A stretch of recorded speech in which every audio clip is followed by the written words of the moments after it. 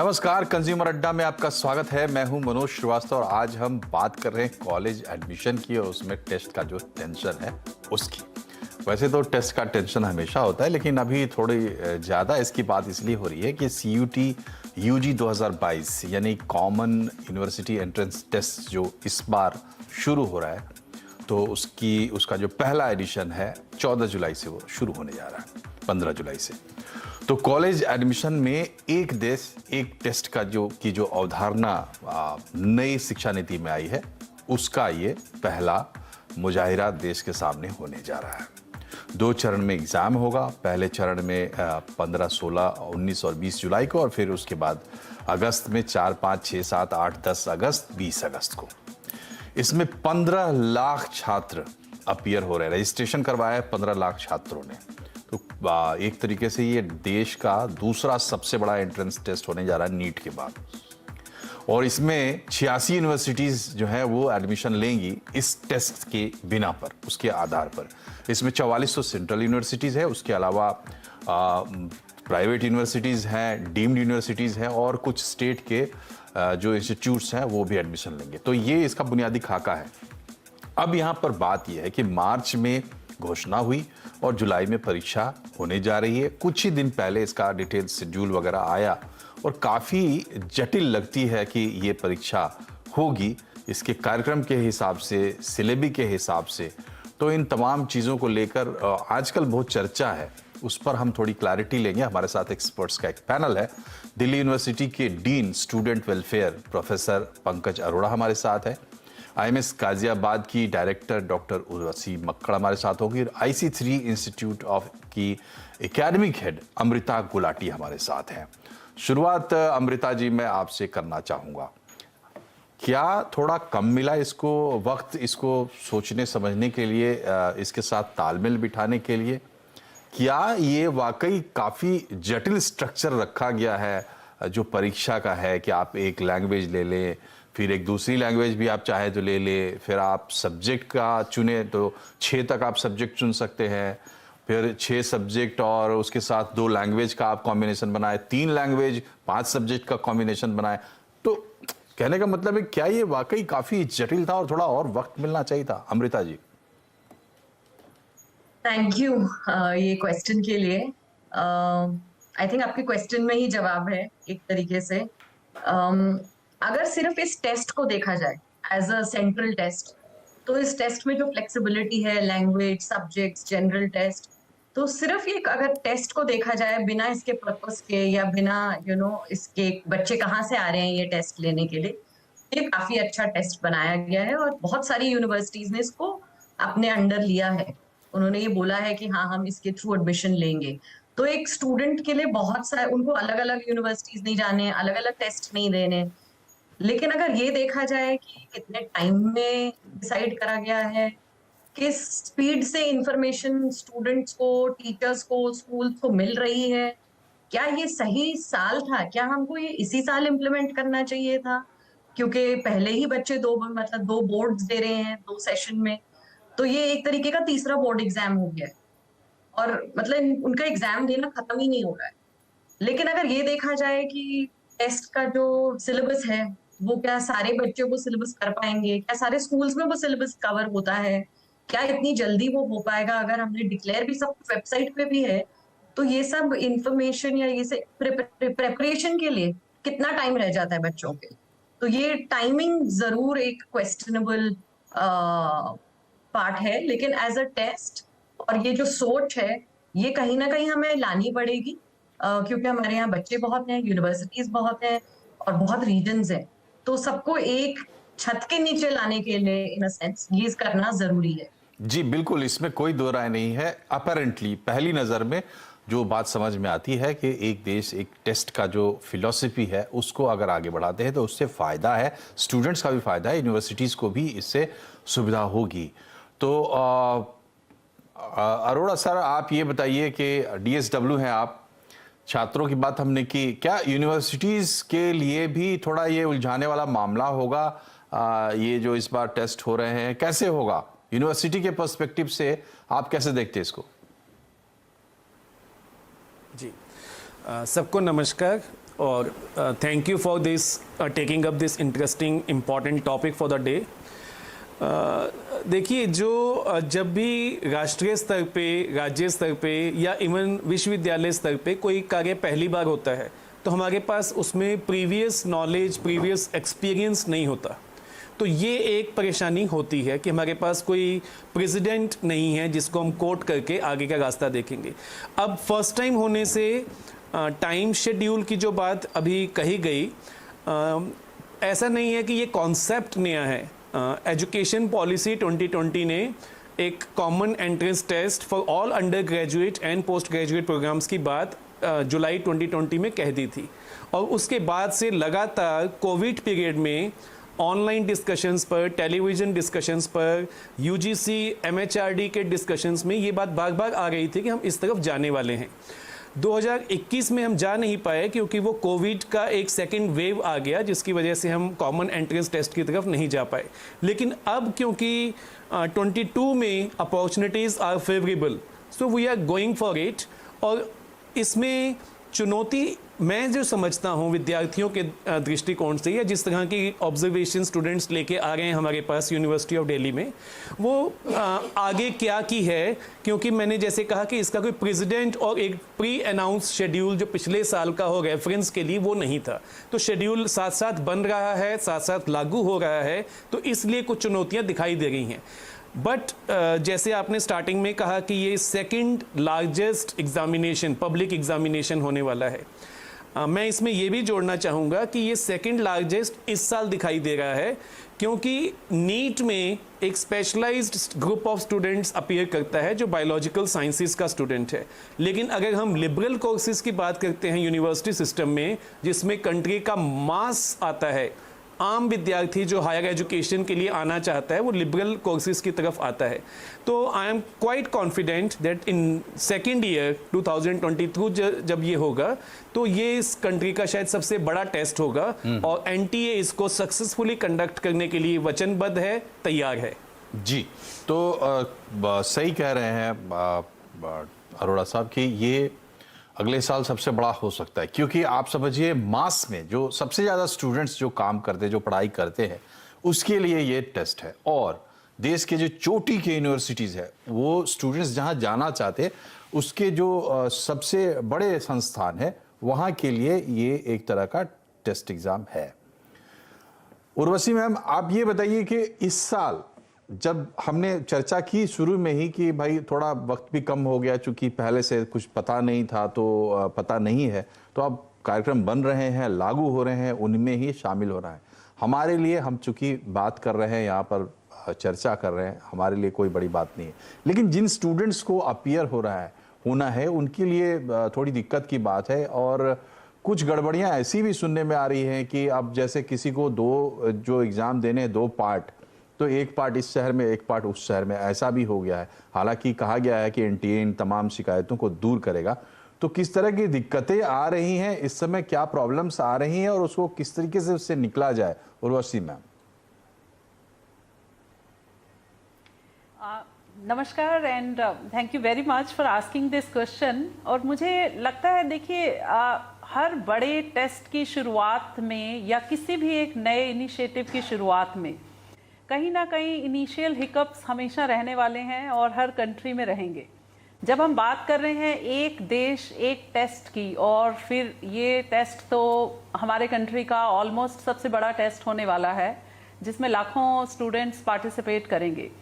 Obviously कहीं ना कहीं इनिशियल हिकअप्स रहेंगे, बट मुझे पूरी उम्मीद है कि with the infrastructure, the IT infrastructure की जो एक्सपेंशन हमने अपने देश में पिछले 2 साल में देखी है, उसको देखते हुए बहुत पॉजिटिव वाइब्स हैं। स्टूडेंट्स के अंदर बहुत बड़ा उत्साह है, क्योंकि देखिए बहुत सारे बेनिफिट्स जहाँ तक हैं, कहीं ना कहीं 1-2 कॉन्स डेफिनेटली होंगे। हर चीज़ के प्रॉज एंड कॉन्स होते हैं। जब हम एक तरफ बात कर रहे हैं, इस टेस्ट से बेनिफिट होने वाला है स्टूडेंट्स को, because they will get the equal opportunity. Her student को मौका मिलेगा, वो किसी भी यूनिवर्सिटी में अपनी दावेदारी पेश कर सकेगा। ऐसा नहीं है कि किसी यूनिवर्सिटी की कट ऑफ इतनी हाई है और उसका ड्रीम यूनिवर्सिटी अब उसके हाथ से निकल गई, ऐसा नहीं होने वाला। हर स्टूडेंट के पास एक इक्वल अपॉर्चुनिटी है। और सबसे बड़ा बेनिफिट जो मैं देखने जा रही हूँ इस टेस्ट का होगा, दैट विल बी कि रिमूवल ऑफ सब्जेक्टिव बायस। आपका सब्जेक्टिव बायस नहीं है। फॉर एग्जाम्पल, एक बच्चे ने अपना करियर चलाना है और वो ड्रीम लेकर बैठा है कि मुझे फिजिक्स में अपनी हायर डिग्री करनी है, और बाई चांस उसके marks in bio and chemistry कम है, and because of the less marks 12th में जो उसे नहीं मिल पाए, उसका फिजिक्स का dream is now not going to be fulfilled. तो मुझे उम्मीद है कि ये सब्जेक्टिव बायस जो इतना बड़ा दूर होने वाला है, ये इस टेस्ट का एक सबसे बड़ा पॉजिटिव पॉइंट है, और ये अपॉर्चुनिटी देगा लाखों बच्चों को ऐसी जगह से हायर डिग्रीज परसू करने की जहां का वो ड्रीम देखते रहे हैं और अब पूरा होगा। बट यस, जहां तक टेक्निकल हिकअप्स की बात है वो इनिशियल जरूर होंगे, बट हमें उम्मीद है कि जब इतनी बड़ी टेस्टिंग एजेंसी इन्वॉल्व है, NTA is taking care of all these things. ठीक है, तो इतना बड़ा जो हमने अब, चूंकि आम दर्शकों को मालूम नहीं होगा, जो स्टूडेंट्स में अपीयर हो रहे हैं और उनके माँ बाप को शायद थोड़ा पता हो, और स्टूडेंट को तो पता ही होगा। इसमें क्या है कि आपको अपना ये भी टारगेट करना कि कौन से कॉलेजेस आपको चाहिए, कौन सी यूनिवर्सिटीज चाहिए, और उसके हिसाब से फिर आके आपको एक पूरा प्लान आपका उसमें से निकालना पड़ेगा। जो एनटीए ने जो प्रेस रिलीज जारी की थी, जो शेड्यूल जारी किया, उसमें एनटीए ने बताया कि 54,000 से ज़्यादा कॉम्बिनेशंस बने हैं। अरोड़ा साहब, ये बताइए, ये बहुत ज़्यादा उलझा हुआ, विस्तृत नहीं लग रहा आपको कि छात्रों के लिए भी और यूनिवर्सिटी के लिए भी इतने सारे टेस्ट की ज़रूरत थी क्या? देखिए, इसमें जैसे अभी कहा गया कि कोई भी विजनरी स्टेप, और खासकर राष्ट्रीय स्तर पे, और वो भी भारत जैसे राष्ट्र में जिसमें quantum and number is very very large, तो ये इनिशियल हैकअप्स हैं। मैं उर्वशी जी की बात से बिल्कुल सहमत हूँ। और जब हम इसके बेनिफिट्स देखते हैं तो हमें शॉर्ट टर्म में नहीं देखना चाहिए, लॉन्ग टर्म में देखना चाहिए। इसका एक बहुत बड़ा बेनिफिट होने जा रहा है कि ये एक इक्वल अपॉर्चुनिटी, इंक्लूसिव अप्रोच और ट्रांसपेरेंसी और ऑब्जेक्टिविटी के साथ एक ऐसा प्लेटफॉर्म आएगा जिसमें state board, central board, CBSE, इन सब बोर्ड्स के जो अलग अलग पैरामीटर्स हैं, या जिसमें कुछ ना कुछ डिस्पैरिटी है इवेल्युएशन के मेथड्स की और कोर्सेज की, उन सबको ये एक प्लेटफॉर्म पे लाके खड़ा करेगा और सबको इक्वल अपॉर्चुनिटी देगा। तो जो बेनिफिट होने वाला है वो कहीं बड़ा है इन इनिशियल हिकअप से। ठीक है। एनटीए वर्क फुटिंग पे स्टूडेंट्स के, पेरेंट्स के ग्रीवेंसेस को एड्रेस कर रहा है, दिन रात काम करके। मेरी नॉलेज में है, क्योंकि यूनिवर्सिटी ऑफ दिल्ली लगातार टच में है एनटीए के साथ अलग अलग मुद्दों को लेकर, तो बहुत सारे मुद्दों पे वर्क फुटिंग की तरह काम चल रहा है। स्टूडेंट्स के जो ग्रीवेंसेस आपने जैसे मेंशन किया कि बच्चे के एक दिन में, एक लड़की का 8 सारे पेपर्स एक ही दिन में हैं, या दूसरी सिटी में है और उसमें शिफ्ट होने का टाइम शायद थोड़ा क्राइसिस है, तो इस तरह के हिकअप्स हैं वो। लेकिन ऐसा नहीं है कि अटेंड नहीं किए जा रहे, अटेंड किए जा रहे हैं, और वो नज़ीर बनेंगे, उदाहरण बनेंगे अगली प्लानिंग के लिए। और आगे तो आपको ये भी पता लगा होगा कि एनटीए और पॉलिसी और हमारी मिनिस्ट्री ऑफ एजुकेशन चाहती है कि आगे से ये एग्ज़ाम साल में शायद 2 दफ़ा होगा, और स्टूडेंट को एक ही एग्ज़ाम के बेसिस पे तय नहीं करना है, उसको मौका मिलेगा कि वो अपनी ही परफॉर्मेंस को इम्प्रूव करे और बेटर चांस के साथ आगे आए। जी ठीक है, ठीक है। तो इसमें तो कोई दो राय नहीं है, इसमें तो सभी लोग इत्तेफाक रखते हैं कि ये जो पूरा कार्यक्रम है, इसके जो लक्ष्य हैं वो बहुत अच्छे हैं शायद। लेकिन बात यह है कि ये हर बात का, हर तर्क का, हर परेशानी का जवाब ये नहीं हो सकता कि इसके पीछे बड़ी अच्छी नीयत है।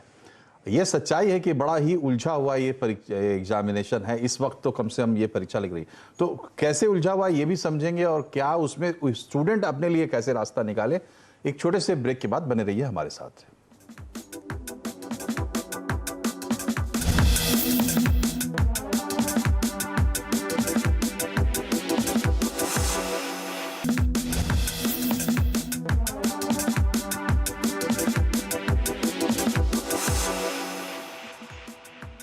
ब्रेक के बाद एक बार फिर से आपका स्वागत है कंज्यूमर अड्डा में। आज हम बात कर रहे हैं CUET, शॉर्ट में आप क्यूट भी कह सकते हैं, लेकिन फिलहाल तो ये क्यूट नहीं लग रहा है, कम से कम स्टूडेंट्स को।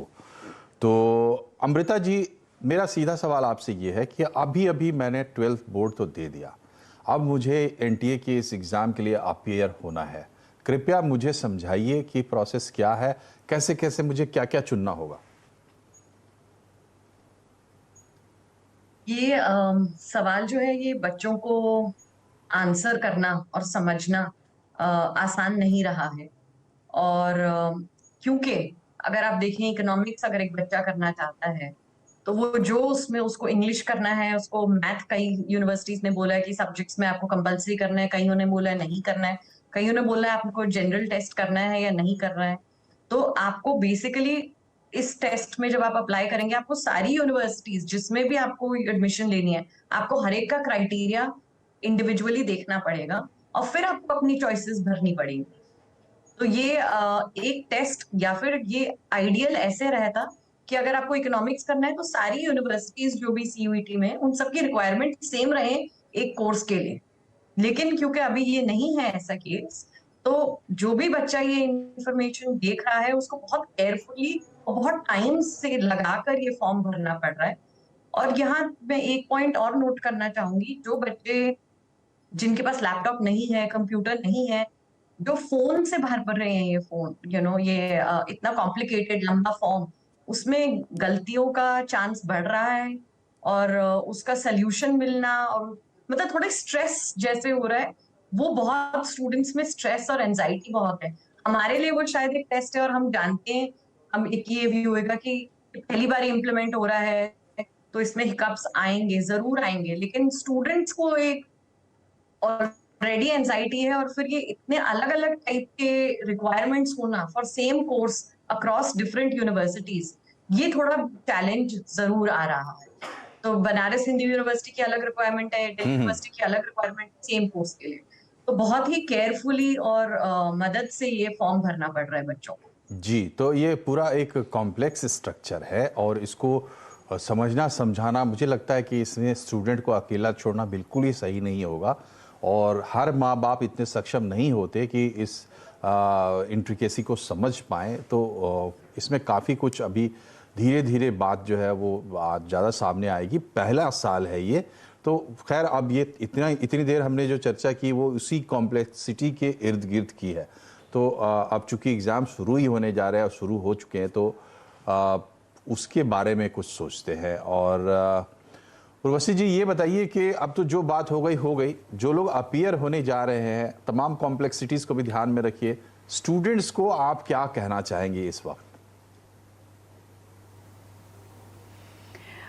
ये बहुत रेलेवेंट क्वेश्चन पूछा है Manoj ji, thanks for this question, because I believe जो अभी पॉइंट्स रेज किए गए हैं about apprehensions of this program and this test and obviously the difficulties to be faced by the students, वो बिल्कुल वैलिड हैं, उसको बिल्कुल हम डिनाई नहीं कर सकते।